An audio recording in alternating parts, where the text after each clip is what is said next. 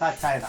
বাংলাদেশ জামাত ইসলাম হচ্ছে যে জনমানুষের সংগঠন, সাধারণ মানুষের সংগঠন। এরা চায় মানুষের কল্যাণ সাধন করে দুনিয়া শান্তি লাভ করা, আখিরাতে মুক্তি লাভ করা। আসুন আমরা সবাই মিলে আমরা এই বাংলাদেশ জামাত ইসলামী সংগঠন, এমাদের সংগঠন, মহিউদ্দিনের সংগঠন, আসিদের সংগঠন, আবুসের সংগঠন, মুফতি জিয়াউলের সংগঠন, এই সংগঠন হচ্ছে বাংলাদেশ জামাত ইসলামী। এই সংগঠনে আমরা এসে আমরা ইসলামকে বুঝবো, কুরআনকে বুঝবো, হাদিসকে বুঝবো, মানবতাকে বুঝবো, মানুষের সেবা করবো, মানুষের পাশে যাবো, সবাই ভাই ভাই সম্পর্ক আমরা গড়ে তুলবো। এই আহ্বান দেখে সবাইকে ধন্যবাদ জানিয়ে আমার বক্তব্য সমাপ্ত করছি। আসসালামু আলাইকুম। বাংলাদেশ জিন্দাবাদ, বাংলাদেশ জামাত ইসলামী জিন্দাবাদ। আলহামদুলিল্লাহ, সম্মানিত সুধী, অত্যন্ত সুন্দর জ্ঞানগর্ভ আলোচনা শুনছিলাম গাঙ্গুর ফাজিল ডিগ্রি মাদ্রাসার ইসলামের ইতিহাসের সম্মানিত প্রফেসর প্রিয় ভাই জনাব আব্দুল মুহিন সাহেবের কাছ থেকে। ওনাকে আজকের কনফারেন্সের পক্ষ থেকে এবং তারিকুল ইউনিয়নবাসীর পক্ষ থেকে আন্তরিক মোবারকবাদ জানাচ্ছি। সম্মানিত সুধী, এই পর্যায়ে আপনাদের সামনে মহামূল্যবান বক্তব্য উপস্থাপন করবেন আজকের কনফারেন্সের সম্মানিত প্রধান অতিথি বাংলাদেশ জামাত ইসলামী বড়ডাঙ্গা উপজেলা সভার মুহতারাম আমির এবং সাবেক সফল ভাইস চেয়ারম্যান, বিশিষ্ট সমাজসেবক, শিক্ষানুরাগী, গরিব দুঃখী, মেহনতি মানুষের অত্যন্ত আপনজন, আজকের অনুষ্ঠানের সম্মানিত চিফ গেস্ট জনাব এমাদুল ইসলাম এমাদ সাহেব। আউযু বিল্লাহি মিনাশ শাইতানির রাজিম। বিসমিল্লাহির রহমানির রহিম। বাংলাদেশ জামাতে ইসলামী ৭ নং তালিমপুর ইউনিয়ন শাখা কর্তৃক আয়োজিত আজকের বন্যায় দুর্গত ভাই বোনদেরকে বাড়ি খাবার বিতরণী অনুষ্ঠানে প্রিয় ভাই সভাপতি, বিশিষ্ট আলেমে দ্বীন, বড়ডাঙ্গা মডেল মাদ্রাসার প্রিন্সিপাল জনাব মৌলানা মুজিবুর রহমান ভাই, উপস্থিত আছেন বিশেষ মেহমান হিসাবে বাংলাদেশ জামাতে ইসলামী বড়ডাঙ্গা উপজেলা শাখার সুরার সদস্য জনাব আব্দুল মুহিন ভাই, উপস্থিত আছে আপনাদের এলাকার কৃতি সন্তান বিশিষ্ট আলেমে দ্বীন মৌলানা জিয়াউল কাঞ্চনপুর সাহেব, উপস্থিত আছেন আমার শ্রদ্ধা ভাজন চাচা নিজাম চাচা, উপস্থিত ইউনিয়নের সম্মানিত সেক্রেটারি আব্দুল বাসির, সাবেক ছাত্র বদরুল ভাই, সাজু ভাই, সুন্দর পরিচালনা করেছেন আমাদের প্রিয় ভাই সহ এই অঞ্চলের বিভিন্ন পর্যায়ে দায়িত্বশীল ভাই সহ এখানে আগত আমার সামনে দণ্ডায়মান ভাই বোনেরা, আসসালামু আলাইকুম রহমতুল্লাহ। আপনারা সব ভালো আছেন? আলহামদুলিল্লাহ, আল্লাহ তাআলার দরবারে হাজারো শুকরিয়া। আসলে বন্যায় কবলিত হয়েছেন, কিন্তু বন্টন করিয়ার আমরা বন্যা কবলিত এলাকা এবারে বোঝা গেল আওয়াজ এই এলাকাতে এখনো এই পানি পরিমাণ আছে, আমরা যাতায়াত অন্তত পায়ে আটেও যাতায়াত করতাম পারি। কিন্তু আপনি তালিমপুর নির্মাঞ্চল, বর্ণি নির্মাঞ্চল, তারপরে আপনার সুদানো নির্মাঞ্চল গেলে দেওয়া এখনো বাড়ি করে বলা হয়। এই অবস্থায় আমরা পালাই না। আর যে কোনো সময় আল্লাহ পরীক্ষা দিয়া আমরা সবসময় আমরা কিতাব হইতাম, শুরু করিলে কিতাব হইতাম। বাংলাদেশ জামাতে ইসলাম আপনারা নতুন কুটুম, আত্মীয়তা নতুন হয়েছে না পুরানো হয়েছে। আমি ছাত্র জীবন থেকে এই অঞ্চলে বিচরণ করি আই যাই। আমার দায়িত্বশীল হলে উপজেলা জেলা ইউনিয়ন দায়িত্ব সবসময় আমরা চাই না। এবার বন্যায় আমরা একাধিকবার সংগঠনের পক্ষ থেকে আইছি, সংস্থার পক্ষ থেকে আইছি, আমারও ভাইয়ের বিভিন্ন সংস্থার পক্ষ থেকে আপনারা সামনে হাজির হয়েছেন, সাক্ষীদের কাছে বাংলাদেশ জামাতে ইসলামের একটা সুশৃঙ্খল রাজনীতি এবং বাংলাদেশ জামাতে ইসলামের যখন কোনো খাত আত নেই, এটা খুব চিন্তা ভাবনা করি যেটা মানুষের কল্যাণ। বাংলাদেশ জামাতে ইসলাম প্রতি বছরের নেয়, বিশেষ করে বললেও হয়ে যে আমরা একটা বাজেট ঘোষণা করি, একটা পরিকল্পনা আছে। এই বাজেট আমরা সম্মানজনক বাজেট নিয়েছি এবং একটা পরিকল্পনা আছে।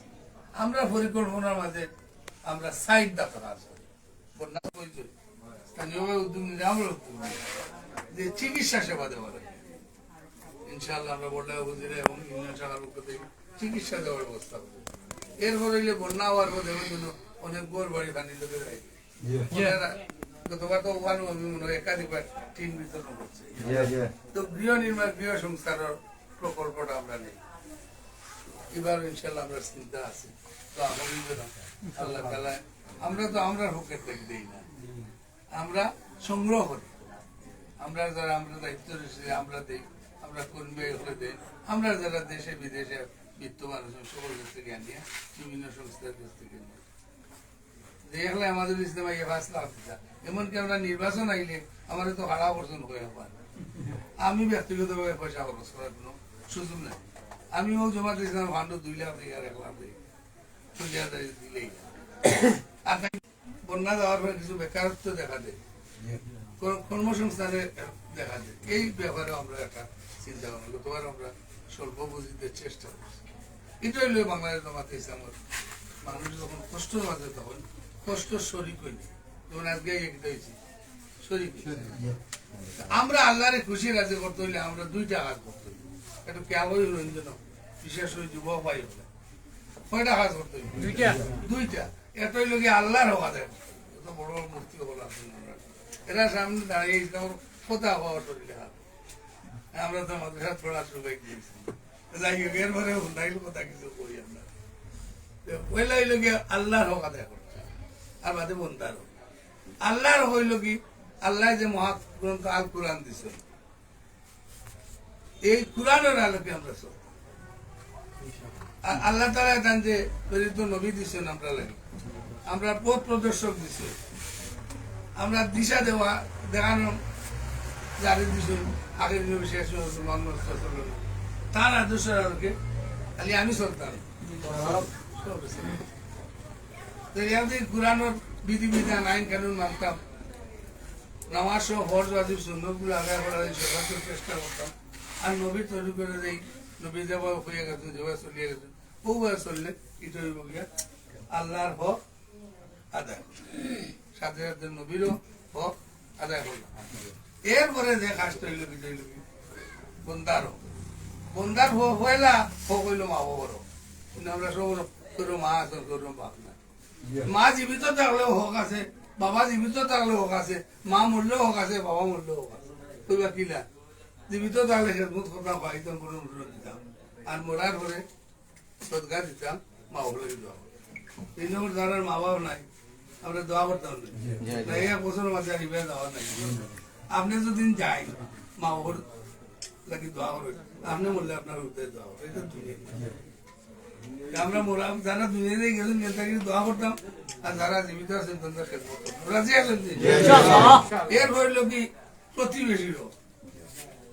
আমরা এমন হয়েছি আর কি মুরগে দাঁড়িয়ে গেলে মাই লাগে বিয়ের এমনি হইলে আর মারিও না ঘরের বাবির মুরগি সারা খাইলে আপনার মাথা গরম হয়ে যায়। কিন্তু আল্লাহ রসিল হইলা আর করে সম্পত্তির উত্তরাধিকার করতাম, এখানে হলাম প্রতিবেশী। ও যে আমরা প্রতিবেশীর কিছু হক আদায়, আমার বাড়িতে প্রধান প্রতিবেশী, তাইলে প্রতিবেশীর হক আদায় করতাম, বইন বাগনির হক আদায় করতাম, কুকুর হক আদায় করতাম, ভাই হক আদায়। এমনকি হোর বাড়িরও তো হক আছে, যে বিবি লইয়া সংসার করা এই বিবিটা 20টা বছর ফালিলা। এমন আপনি রুজি করা বিবিয়ে রুজি করা না, আপনি হালিয়া পচাইতে একটা পার্সেন্টেজ তো দিতেই পারেন, মানে হক আদায় করবেন। সব হক আমরা মানুষের হক আদায় ইনশাআল্লাহ, ইনশাআল্লাহ। আর হইল গিয়া তো আইলো হয়েছি মূর্তি সবাই গেলি বিবি হলোর প্রতি রহম করতাম, বিবির সম্মান করতাম, বিবি লোকে পরামর্শ বিবিতে সংসার যে পরিবার ধনী হোক না গরিব হোক না, বিবি লোকে সুরার বৈঠক না করিয়া, সুরা না করিয়া, পরামর্শ না করিয়া চলো এমনি পরিবার শান্তি হবে।